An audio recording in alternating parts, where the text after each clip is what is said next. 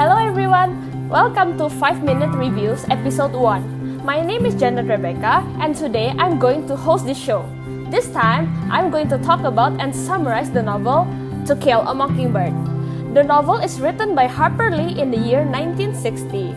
It has won many awards, one of them is the Pulitzer Prize, and also won huge amounts of love for its deep and mind-blowing plot. To Kill a Mockingbird focuses on racism and prejudice in the 1960s.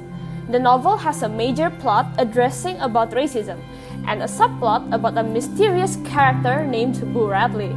The story itself takes place in Macomb, Alabama, and during the Great Depression. The story is narrated from a young girl's point of view and is about her childhood life story.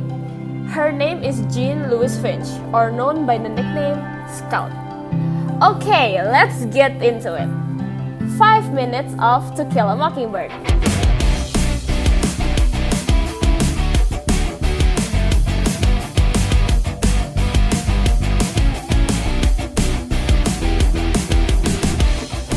So, Scout lived in Macomb town with her father named Atticus, who worked as a lawyer, an older brother named Jem, and a housemate named Calpurnia. Life back then felt slow. Macomb was suffering financially and emotionally because of the Great Depression. But luckily, Atticus was a prominent lawyer, so the Finches were reasonably well off in comparison to the rest of the people there.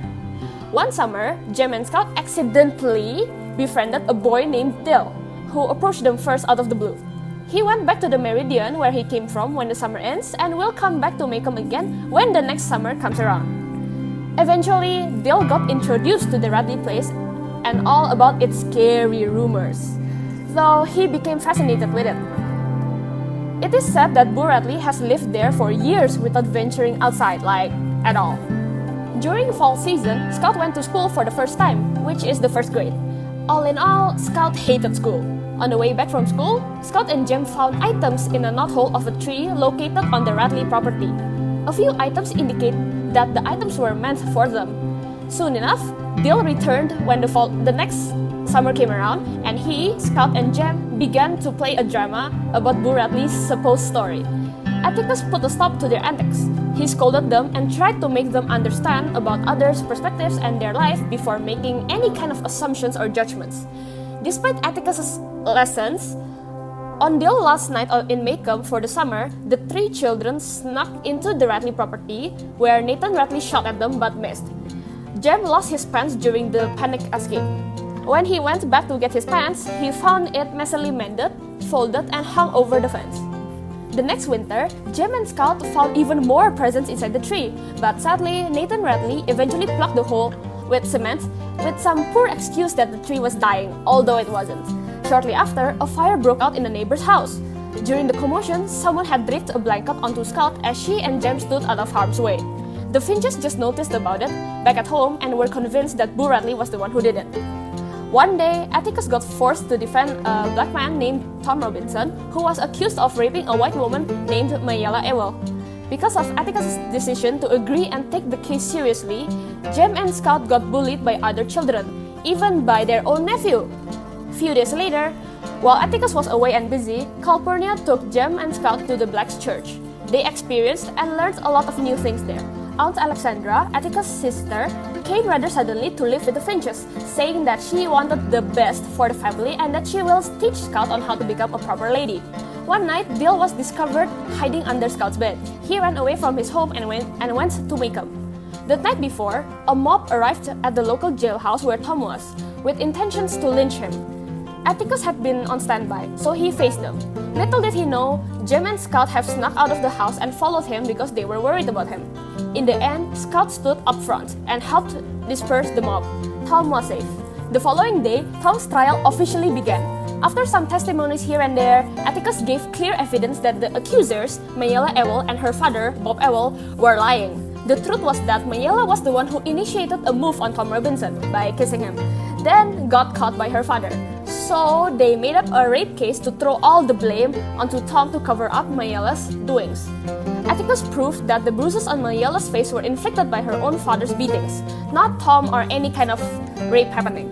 Yet, Despite the significant evidence about Tom's innocence and Bob's fault, the all-white jury convicted him and sent him to prison again for further judgments.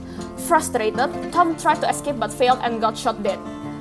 Jem became doubting. His views on justice got badly shaken after knowing all of this happened, while Scout still didn't really get it. Despite the final verdict, Bob Ewell felt that Atticus and the judges have played him a fool, so he promised revenge and held an undying grudge to everyone connected with the trial. He stalked out and caused troubles toward Tom Robinson's widow.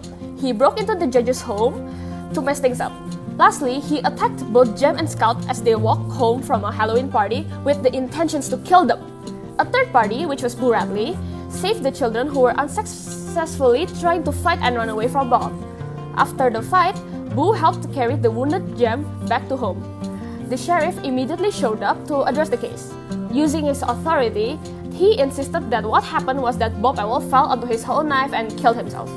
Although nobody knew exactly how it went because the venue was really dark and nothing could be seen clearly, the sheriff insisted on his story. He wanted to protect Boo Radley. After the discussions ended, Scout accompanied Boo, walked alongside him to his home, and Boo vanished inside once more, never to be seen again. After things calmed down, Scout felt as though she can finally imagine what life is for Boo Radley. With this newfound discovery, Scout took her father's advice seriously, to not innocently trust in a human's goodwill too much, but to learn, experience, and grow mature even more. There are more unknown hardships incoming in her life, and she knows it. And that's the end of it. Such an interesting open-ended story, don't you guys think?